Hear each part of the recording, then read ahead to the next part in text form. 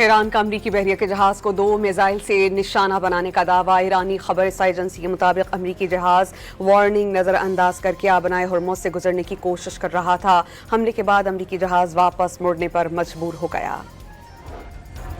امریکی بد دیانتی کے باعث مذاکرات نتیجہ خیز ثابت نہیں ہو رہے، جنگ بندی کے سوا کوئی مطالبہ نہیں کر رہے۔ ایرانی وزارت خارجہ کے ترجمان اسماعیل باقائی کی ٹرمپ انتظامیہ پر کڑی تنقید۔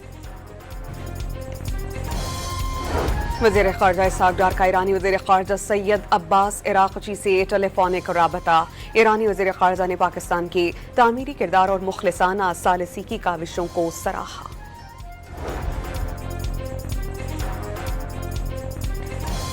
صدر ڈونلڈ ٹرمپ کا آبنائے ہرمز میں پھنسے جہازوں کو نکالنے کے لیے کاوشیں شروع کرنے کا اعلان۔ امریکہ پروجیکٹ فریڈم آپریشن کا آغاز آج سے کرے گا۔ ایران نے امریکی صدر کے پروجیکٹ فریڈم کے اعلان کو جنگ بندی کے خلاف ورزی قرار دیا۔ قومی سلامتی کمیشن کے سربراہ ابراہیم عزیزی نے واضح کیا کہ آبنائے ہرمز میں کسی بھی امریکی مداخلت کو جنگ بندی کی خلاف ورزی سمجھا جائے گا۔